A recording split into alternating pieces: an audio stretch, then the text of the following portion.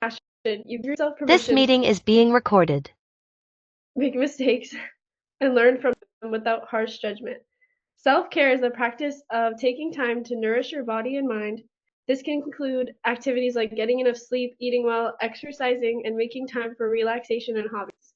For someone with ADHD, establishing routines that incorporate self-care can be particularly beneficial, helping to manage symptoms and reduce stress. Finally, self-love is about appreciating your own worth and valuing yourself as a person. It involves acknowledging your strengths and celebrating your achievements, no matter how small they may seem.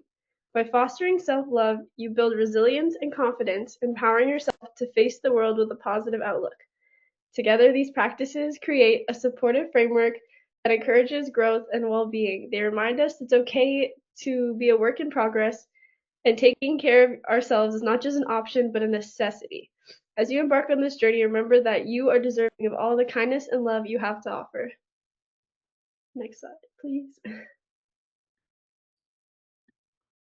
Just a quick note before we get started to let you know that this webinar will be recorded and the recordings may be shared with participants afterward or made available publicly. So if you prefer not to be on camera or audio, feel free to turn off your video or mute your microphone. Your participation in the chat and Q&A will still be included in the recording, so keep that in mind when sharing any personal information. And this is our land acknowledgement. I would like to acknowledge that I'm living and working in Etobicoke, Ontario, which is the traditional territory of many First Nation people. Most recently, this land has been home to the Mississaugas of the Credit under Treaty 13A, signed in 1805. I'm deeply grateful to be able to gather and work on this land, and I recognize the ongoing relationship Indigenous people have with this territory. I'd like to acknowledge that Kitchener and Brantford are located on the shared traditional territory of the neutral Anishinaabe and Haudenosaunee people. This land is a part of the Dish with One Spoon Treaty and symbolizes the agreement to share and protect our resources and not engage in conflict. Next slide.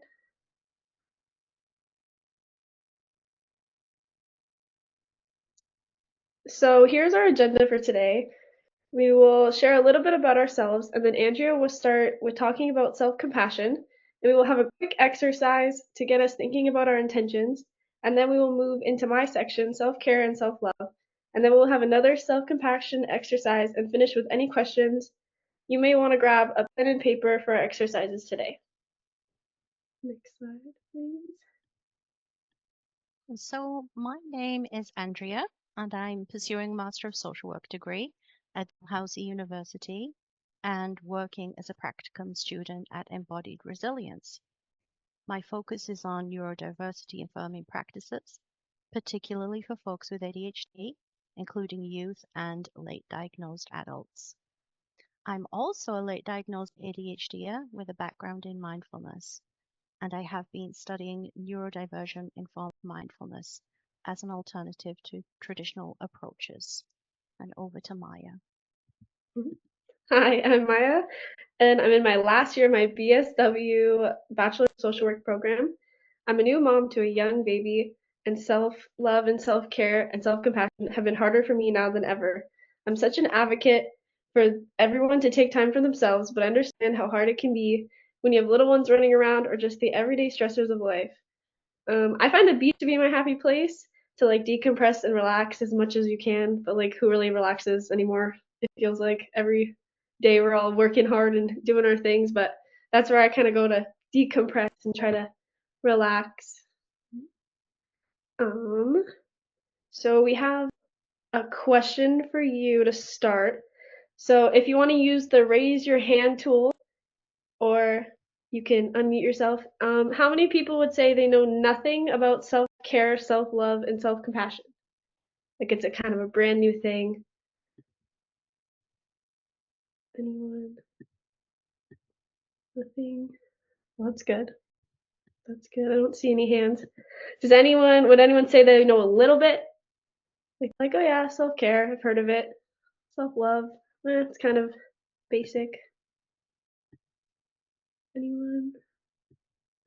Would anyone say they know a lot? Like they're an expert? They're like, oh yeah. Robert says he knows a lot. Yeah. Yep.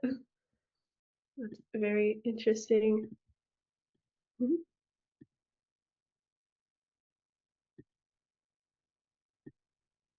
Okay.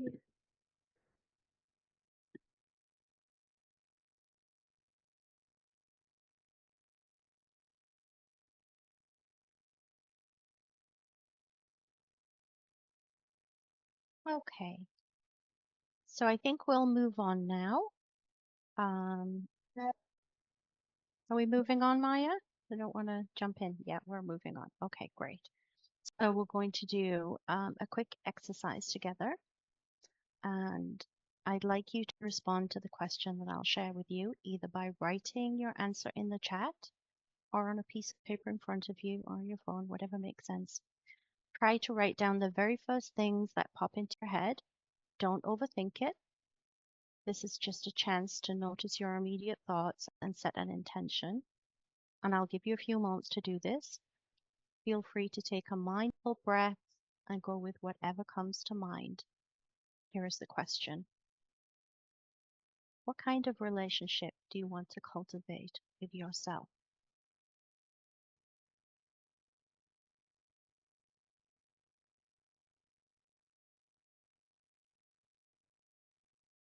All right, just a couple of more seconds, and then we'll move on and come back to this later. Okay, we'll move on to the next slide. So what is self-compassion? Self-compassion as a concept has its roots in ancient Buddhist teachings, where it was regarded as a key element of well-being and inner peace. In modern psychology, self-compassion has been extensively studied, particularly by Dr. Kristen Neff, who explains instead of mercilessly judging and criticizing yourself for various inadequacies or shortcomings, self-compassion means you're kind and understanding when confronted with your failings. Vietnamese Zen master and peace activist Thich Nhat Hanh also emphasized the importance of self-compassion in daily life. He said, caring for yourself, re-establishing peace in yourself, is the basic condition for helping someone else. And so today, self-compassion is recognized as an essential skill for nurturing emotional strength, resilience, and overall mental health. Next slide, please. Okay, the principles of self-compassion. We'll briefly cover this. There are three components of self-compassion. There are mindfulness, common humanity, and kindness. Mindfulness is about being fully present in the moment and acknowledging all of our thoughts and emotions, including difficult ones, without judgment, rather than becoming overwhelmed or avoiding these feelings. We observe them with a sense of openness and curiosity. This approach helps us to respond to our pain with understanding instead of criticism. The next one is common humanity, which emphasizes that suffering, challenges, and imperfection are inherent parts of the human experience. And so instead of seeing our pain or mistakes as isolating, we recognize that everyone has difficulties and setbacks. When we acknowledge that struggles are a shared part of life and the human experience, and allow it to connect us with others. This connection reduces feelings of loneliness and self-blame, fostering a sense of empathy towards ourselves. We can view ourselves as part of a greater whole. And kindness in self-compassion means offering warmth, patience, and understanding to ourselves, especially during times of difficulty, regret, or even when making a mistake.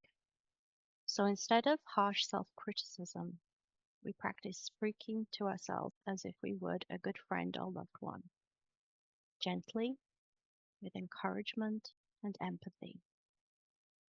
And together, these three components create a strong foundation for self-compassion They guide us in building a healthier, more compassionate relationship with ourselves, fostering emotional resilience and a more balanced approach to life's challenges, allowing us to recover from setbacks.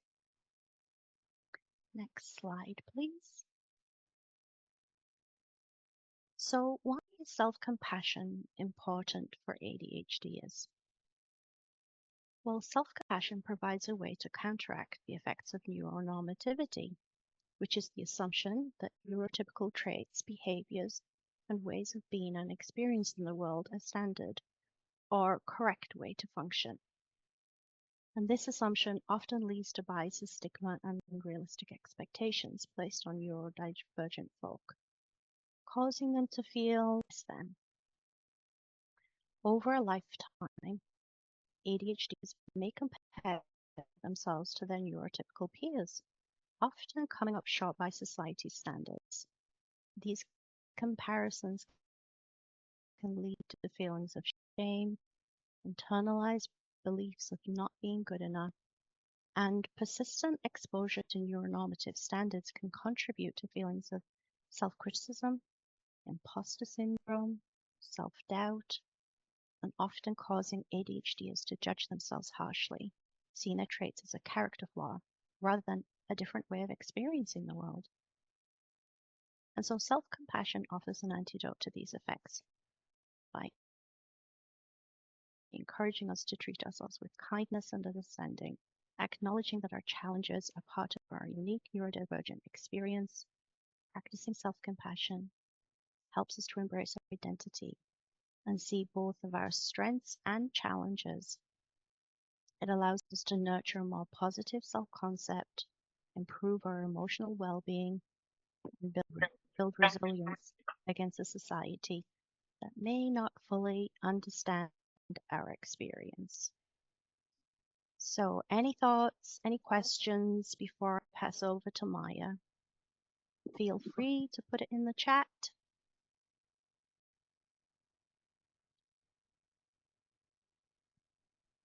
I don't see anything coming up. Okay, so let's move on to Maya. Okay, we're going to talk about some daily affirmations. These are my favorite things ever. So daily affirmations are a powerful tool for cultivating a positive mindset and enhancing well-being. By repeating uplifting and encouraging statements, you can reinforce your self-worth, boost your confidence, and foster a sense of inner peace. These affirmations can serve as gentle reminders of your strengths and potential, helping to reframe negative thoughts and focus on personal growth. Whether you speak them aloud or you write them down, daily affirmations can create a meaningful shift in perspective, inspiring hope and resilience in everyday life. So incorporating affirmations into a daily routine can be as simple as starting the day with a few minutes of intentional reflection. For example, standing in front of a mirror and repeating, "I am capable and deserving of success," can set a positive tone for the day.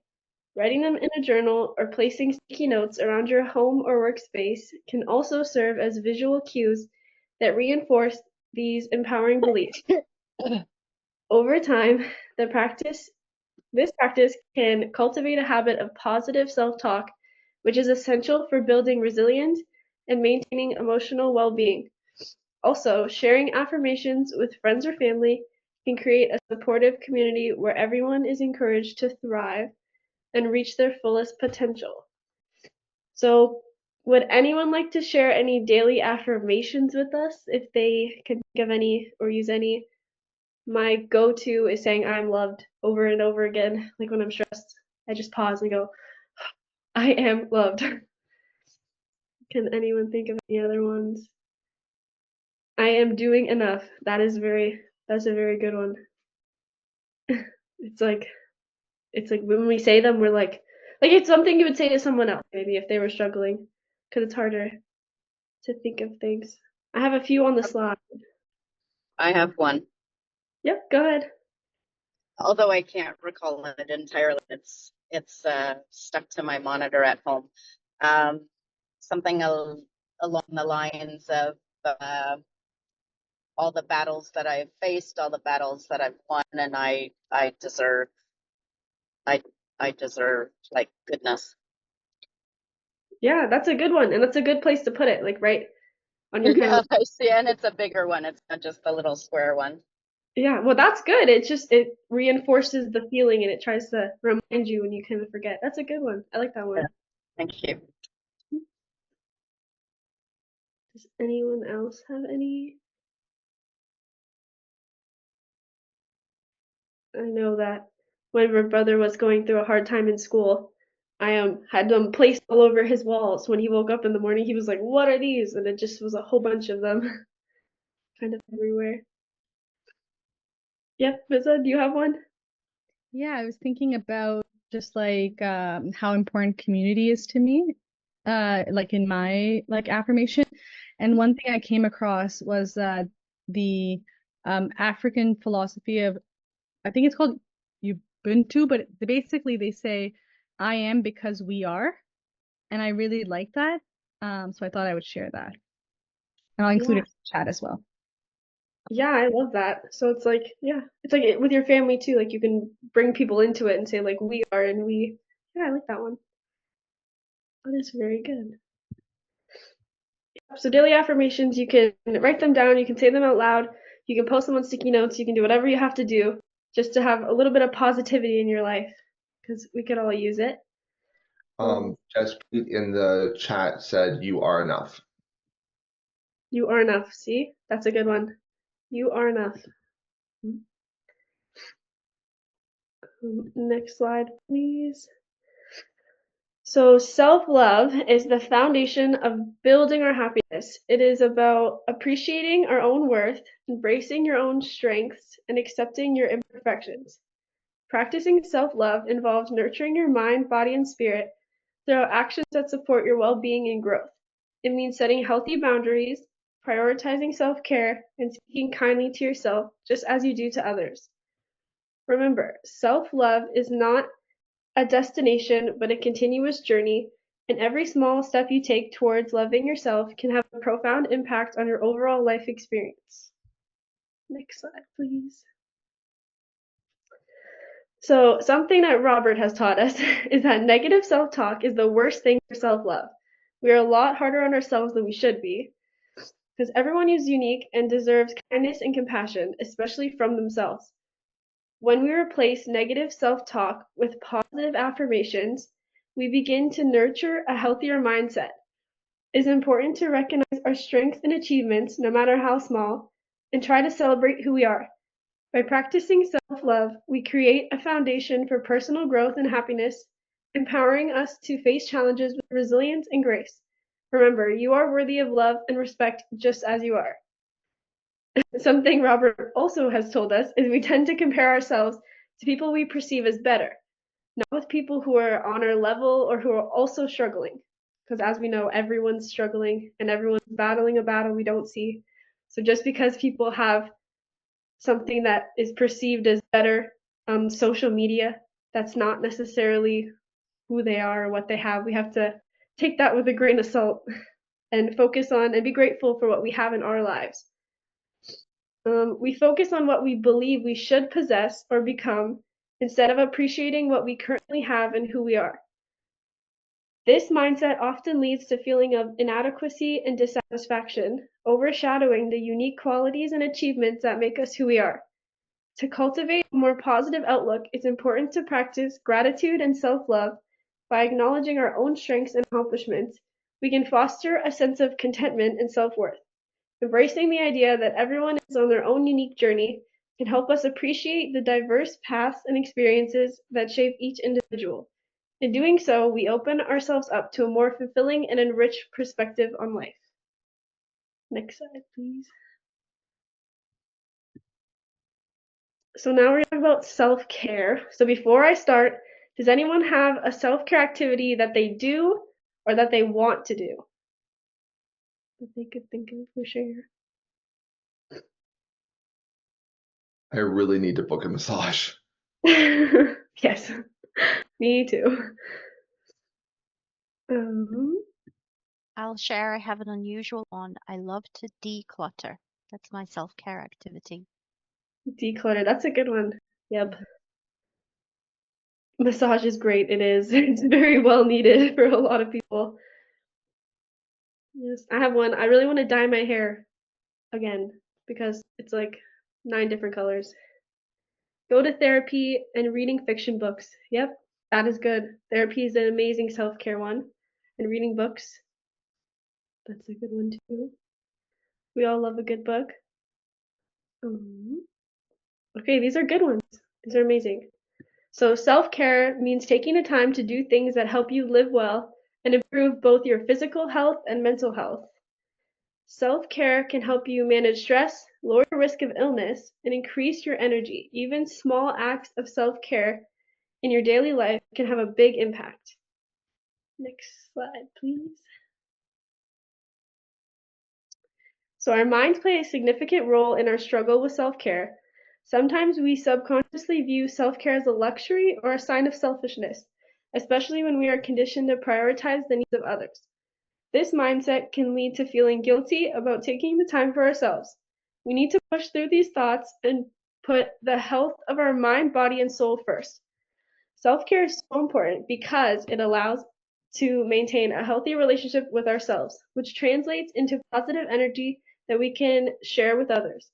By taking the time to care for our physical, emotional, and mental well-being, we build resilience against life's stresses and challenges. Self-care can take many forms, from enjoying a quiet moment with a good book to engaging in physical activities that energize and strengthen our bodies. It also involves setting healthy boundaries, saying no when necessary, and seeking help when we need it. Ultimately, self-care is about acknowledging our worth and treating ourselves with the kindness and respect we deserve. Next slide. Okay, so we're going to have another practice before we do a Q&A. So let's take a moment and we're going to begin by closing your eyes or having them downcast, whatever is most comfortable for you. And allow yourself to settle into your body. You can try focusing on the sensation of your breath coming in and going out.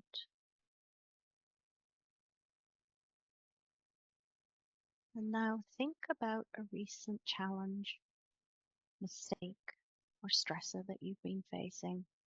Nothing too difficult for this exercise. There's something small.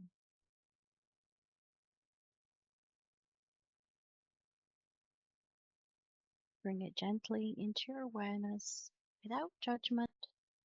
Just acknowledge, this is difficult for me. And now imagine you're speaking to a friend or a loved one going through the same experience. Think of a specific person. And bring that person to mind. What words of kindness or encouragement would you offer them?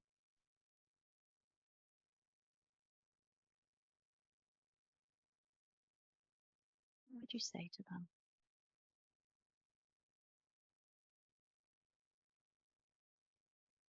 And now try turning those words inward, offering yourself the same warmth and understanding. You might say something like, it's okay, I'm human, doing my best. You might say, I deserve love and patience. I need kindness right now. And now, remembering how you answered at the beginning of the webinar when we asked what kind of relationship do you want to cultivate with yourself. Can you apply that also?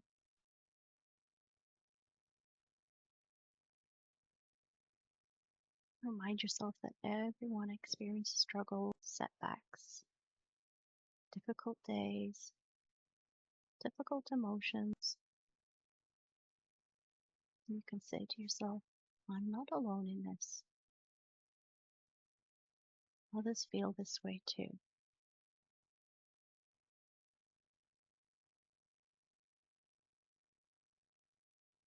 And take one more mindful breath, allowing any tension to ease as you exhale. And when you're ready, gently coming back into the room, wiggle your body, open your eyes. Hey, so now that we finished the exercise, we'd love to hear about your experience. What did you notice as you went through each step? If you feel comfortable, you can share it in the chat or raise your hand if you'd like to speak. And of course, it's also okay to just reflect on this, whatever feels good for you.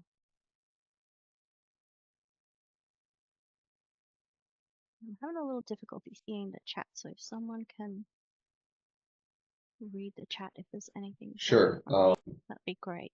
Thank So you. I said I almost fell asleep and that you have a very soothing voice. And that's good too, right? Sometimes it's nice to just take a rest. That's okay too. Olivia said it was a great exercise.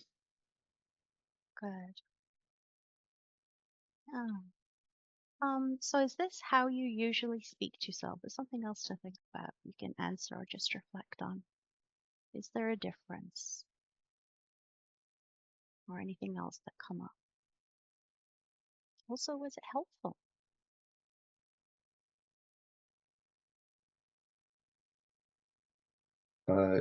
Jaspreet said that they enjoyed it and it made them be nicer to themselves. Yeah, yeah. It can help us be kinder and nicer to ourselves. Mhm. And Physicist said, is it odd that my back pain dissipated? I was so comforting and I was experiencing a lot of pain in my arm and back. LOL. Yeah, kind of similar actually. Yeah, just taking a few moments to kind of be present and relax. That's important too. Yeah, thank you, Fizza. Mhm. So again, using the raising hand tool, after, we've gone through some of this content, how many people would say, I know nothing about self-compassion and self-love and self-care? Let's do a quick, and if you can help me, because I'm really having difficulty seeing on this screen today. How many people feel that way, that they still think they know Nobody. nothing? Nobody. Okay. And how many people would say that they know a little bit?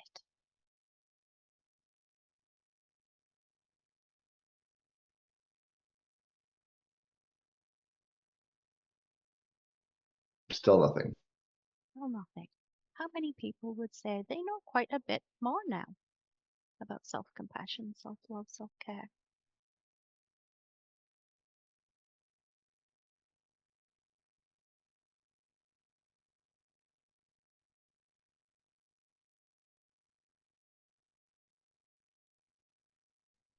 Looks like 4 or 5 people, maybe 6, Good. myself included. Great. Okay, that's good to know. Okay. I think we're going to move over to Maya now. Yep. Okay, so taking it back really quickly. So there's two different kinds of self-care activities that can help people with ADHD. So the first kind is they're called mastery activities. So these are self-care things that we may have put off because we feel like there's not enough time to do them. However, they accomplish something and make us feel a sense of relief. For example, fixing that squeaky door, or changing the light bulb that has burnt out, waiting for you to take the time to get it done, changing the cabinet colors that you've always wanted to change. These are the tasks that leaves you with a sense of pride and accomplishment. Self-care can also be about getting things done and not procrastinating. It is about taking charge of your responsibilities and creating an environment that supports your well-being. While you tackle tasks promptly, you reduce stress and free up mental space for relaxation and creativity. Completing tasks brings a sense of accomplishment and boosts your confidence, reminding you that you are capable and in control, whether it's organizing your living space, finishing a work project, or simply ticking off items on your to-do list. Each action contributes to a more balanced and fulfilling life. Remember, self-care is not about indulgence, it's also about nurturing your personal growth and maintaining harmony in your daily routine. And then the second type of activities are the activities we do just because it gives us a sense of happiness. It's like getting your hair done, getting your nails done. When we feel like we don't have enough time, we don't have to book that all inclusive trip to 9 different countries on a cruise ship, but it can just be the little things we do for ourselves. It also doesn't have to cost any money, and in the world we live in today, money is always something we think about at the back of our mind. We always hear about reading a good book, going for a walk, or taking a hot bath. However, sometimes we don't realize how we can overlook these simple activities, but how much they really center us back into reality. So we just wanted to thank you for paying attention and coming today. We have created some self-care workbooks that are in the final stages of editing and will be available for purchase soon, so keep an eye out for those. And self-care is so important to foster a better relationship with yourself. We spend 100% of our lives with ourselves. May as well take priority in nurturing ourselves and like living a mentally healthy lifestyle is just as important as eating healthy and exercising. Therapy is also a super important tool to continue our self-care journey. Talking and working through our feelings and challenges is a fantastic source of self-care. So you can book a meeting with anyone from our team to continue on the self-care journey and work through any potential challenges you have in your life. And we hope to hear from you soon. And if anyone has any questions or anything, we can add it in there in the chat or unmute yourself.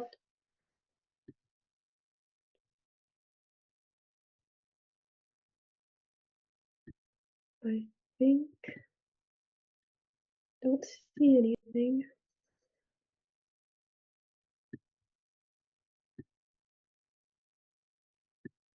I don't know. I think we have one more activity to do. If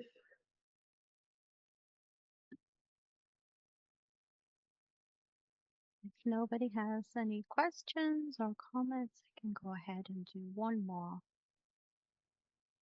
Do we see any more? I don't see anything. Okay, so I'll go ahead. So this is another exercise taken from Krista Neff and Christopher Gomez's self-compassion book. And so you can do this in 2 different ways, either standing or sitting, whatever's most comfortable. Place the soles of your feet flat on the floor. Now rock them back and forth just a little, from side to side, a little bit, feeling the sensation of the floor on your feet. Bring your awareness to your feet.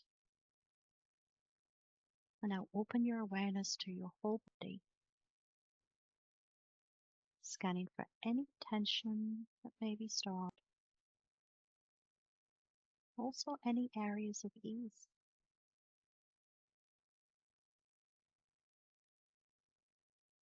Now slowly move your body in a way that feels really good to you. It releases tension or discomfort, giving yourself some compassion. Maybe let your shoulders drop, loosen your jaw, sway your body or stretch, whatever feels right. Just give your body the movement or adjustment it needs, and letting your body guide you. And sometimes we're critical of our body, or we're disappointed in our body. And just remember that your body is doing its best for you. And you can just be with yourself and your body right now. Be gentle and kind, for all that your body does. Asking our body, what does it need right now?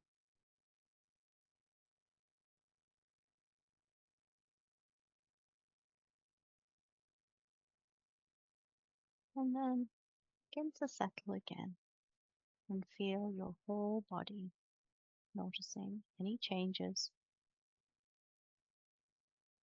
Allow yourself to just be as you are in this moment.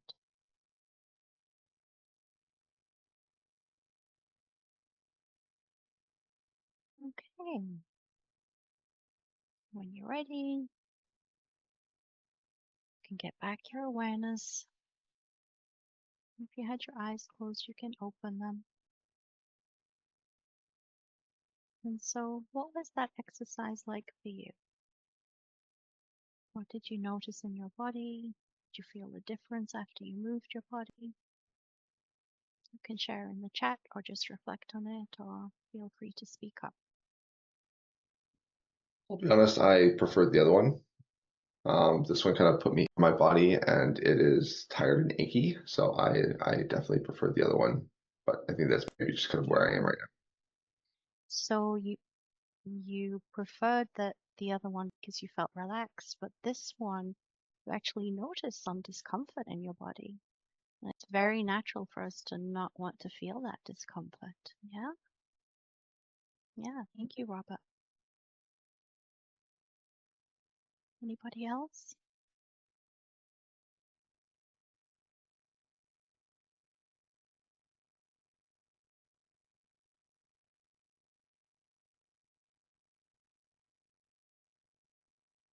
All quiet. Everybody's gone to sleep. Okay.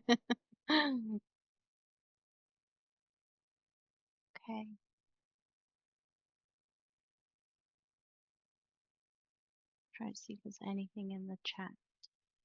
No, so I think we're at the end. If there's any questions. Oh, someone looked like they wanted to say something. Yes. Sonia said, thank you for the very insightful webinar. Is it possible to share the script for the self-compassion friend exercise? So Andrea does do a Mindful Monday, so maybe that's one that you could do, and then I can upload it because it comes out every Monday. And Larissa said, I love this kind of exercise. Thank you.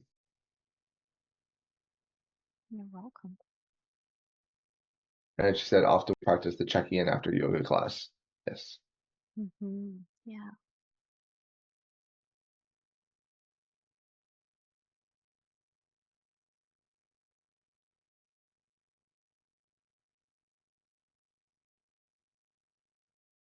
Okay. I think that's the end, unless anyone has anything else that they'd like to talk about, ask us, comments, questions.